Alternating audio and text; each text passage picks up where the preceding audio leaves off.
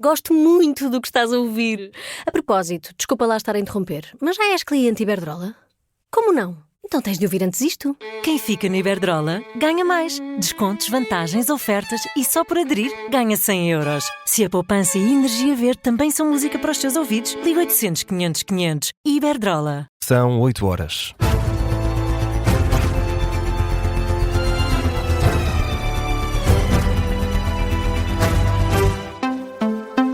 Jornal das 8, com a edição do Vasco Maldonado Correia. O atual líder da UGT e os antigos secretários-gerais da estrutura sindical apoiam António José Seguro na corrida a Belém.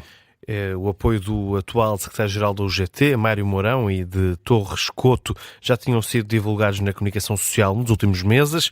Ora, o candidato presidencial, que é apoiado pelo Partido Socialista na corrida às presidenciais, faz agora saber que tem o apoio dos 4 nomes que estão ou estiveram à frente desta central sindical desde que foi criada. São então Torres Couto, João Proença, Carlos Silva e o atual líder Mário Mourão. É um apoio que chega numa altura em que a atualidade vai sendo marcada por uma greve geral marcada para o dia 11 de dezembro, greve geral a que a UGT se decidiu juntar com críticas por parte do Governo. O Sindicato dos Técnicos de Emergência Pré-Hospitalar revela atrasos superiores a 1 hora na saída de ambulâncias para pedidos de socorro, atrasos que ocorrem sobretudo, Vasco, na área metropolitana de Lisboa. O sindicato fala em várias dezenas de emergências em espera para o envio de ambulâncias.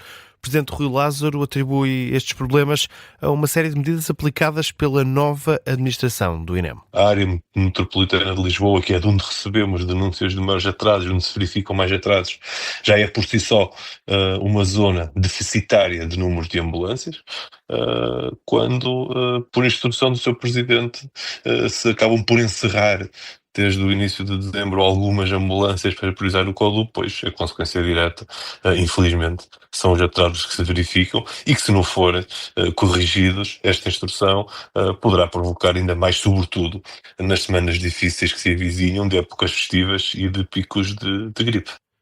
Problemas que se verificam a poucos dias de uma greve geral que vai paralisar serviços em todo o país. Rui Lázaro avisa que os serviços de urgência também devem ser afetados. Obviamente que durante a greve, mesmo cumprindo os serviços mínimos, tendo em conta que é expectável que haja menos profissionais a trabalhar nas centrais de emergência, mas também nos meios, possa obviamente ocorrer mais algum constrangimento do que aqueles que já ocorrem no dia-a-dia. Rui Lázaro, presidente do Sindicato dos Técnicos de Emergência Pré-Hospitalar, em comunicado, a estrutura adianta ainda que vai apresentar uma denúncia à IGAS, à Inspeção-Geral das Atividades em Saúde, porque o INEM não cumpriu o acordo celebrado relativamente aos protocolos de atuação clínica, que incluem a aplicação de alguns fármacos em situações de risco de vida para os cidadãos. Na política, o Primeiro-Ministro volta a defender que este é o momento certo para fazer a reforma laboral. É melhor agora do que quando o país se enfrenta mais dificuldades. É o que volta a defender Luís Montenegro. Eu vou usar uma linguagem corrente. Não é quando estamos à rasca que nós devemos andar a improvisar reformas que transformam as nossas estruturas. Não. É quando nós estamos, como estamos hoje, com estabilidade política, económica, financeira, que nós devemos aproveitar para, com calma, com serenidade e com profundidade, vermos quais são as áreas específicas onde podemos alterar algumas regras para, no conjunto, sermos mais competitivos e mais dinâmicos. Luís Montenegro, que diz ainda que o objetivo desta reforma laboral é aumentar salários, deixa alguns exemplos. Porque é que não devemos aproveitar exatamente esta oportunidade para irmos um pouco mais longe e para, em vez de crescermos 2% ao ano, crescermos 3%, ou 3,5% ou 4%, e em vez do salário mínimo serem 920 euros, poder ser 1.500, e em vez do salário médio serem 1.500, poderem ser 2.000 ou 2.500. Ideias lançadas por Luís Montenegro, Primeiro-Ministro, ontem à noite em Aveiro. Uma declaração que já mereceu a reação do secretário-geral do PS. José Luís Carneiro acusa o Governo de querer iludir os trabalhadores. Essa de lançar a cenoura depois de uma machadada que se dá sobre os trabalhadores é uma técnica que julgo que ninguém acredita nela, porque eu estou de acordo que é necessário manter o diálogo independentemente da greve geral. Ou seja, manter o diálogo em sede de concertação social. Mas é evidente que isso trata-se de uma tentativa de esvaziar o conteúdo da greve geral e julgo que os trabalhadores estão também muito conscientes do que são manobras de diversão da parte dos membros do Governo. José Luís Carneiro, secretário-geral socialista, ontem à entrada para uma ação de homenagem a militantes do PS Aveiro. São vários os sindicatos de diferentes setores que já anunciaram a adesão à greve geral do dia 11 de dezembro, quinta-feira. Estão previstas perturbações na área da saúde, escolas, transportes, aviação, indústria e vários outros serviços, sendo que ontem foi o Sindicato dos Pilotos da Aviação Civil o último a anunciar a adesão a essa paralisação. Em comunicado, os pilotos defendem que o anteprojeto de reforma laboral do Governo promove a precariedade e ataca a estabilidade. Vamos ao desporto. Acabou empatado a 1-1 o derby entre Benfica e Sporting no Estádio da Luz e, sendo assim, o Futebol Clube do Porto pode isolar-se ainda mais na liderança do campeonato. Na Luz foi Pedro Gonçalves quem inaugurou o marcador para a equipa leonina aos 12 minutos. O Benfica conseguiu empatar cerca de 15 minutos depois por intermédio de Sudakov, no jogo em que as Águias acabaram a jogar com 10 depois do vermelho direto mostrado a Prestiani, já no final da partida. Ora, o técnico leonino viu uma partida dividida em duas partes bem diferentes. Fala num resultado justo. Acho que na primeira parte, em cômputo geral, fomos melhores.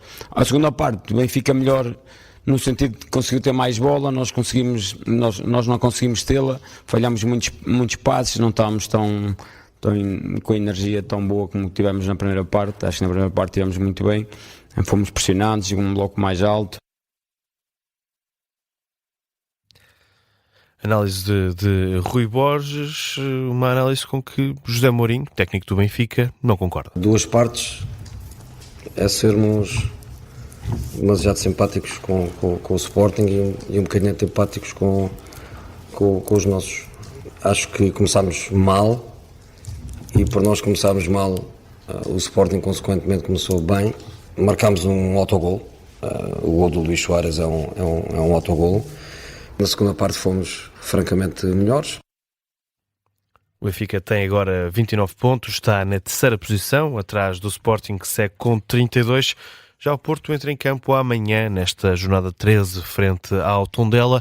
Pode aproveitar o deslize de ambos os rivais, sendo que em caso de vitória passa a ficar com uma vantagem de 5 pontos para os Leões e 8 para as Águias. Um jogo com relato ainda aqui em direto na Rádio Observador. A Rússia vai rescindir acordos militares com Portugal, Canadá e a França. Decisão que foi formalizada através de um decreto emitido pelo Primeiro-Ministro da Rússia. O documento refere que a decisão inclui o tratado entre a Rússia e Portugal para a cooperação militar.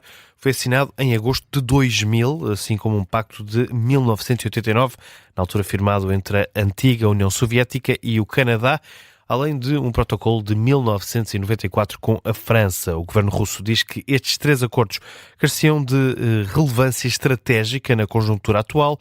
A revogação dos pactos reflete também esse crescente afastamento da Rússia em relação ao Ocidente em matéria de segurança e cooperação. Em altura de tensão entre Washington e Caracas, o ministro dos Negócios Estrangeiros diz que tentou sensibilizar os Estados Unidos para a presença da comunidade portuguesa na Venezuela. Paulo Rangel explica que falou com o secretário de Estado adjunto norte-americano, Christopher Landau, a quem pediu um olhar atento para a comunidade lusa e também uma solução de diálogo para essas crescentes tensões entre os dois países. Garante que neste momento não há motivo para alarme. Até este momento nós não temos nenhum motivo para dizer que há alarme na comunidade portuguesa, mas foram altamente reforçadas as comunicações com a comunidade portuguesa e em particular com os seus representantes. Eu também já tive a oportunidade de eu próprio falar também com as autoridades americanas, no sentido de as sensibilizar para a presença importante da comunidade portuguesa e filo ao mais alto nível, devo dizer, da comunidade portuguesa na Venezuela. E, portanto, nós, naturalmente, como acontece em qualquer situação de crise, Portugal tem planos de contingência. Paulo Rangel, os consulados gerais de Portugal nas cidades venezuelanas de Caracas e Valência disponibilizaram no sábado canais telefónicos de emergência para os portugueses que estão radicados na Venezuela, com o propósito de garantir proteção e assistência a estas pessoas. De acordo com os dados oficiais do governo, há 300 mil portugueses ou lusodescendentes a viver na Venezuela. Fechamos assim o Jornal das 8, teve a edição do Vasco Maldonado Correia.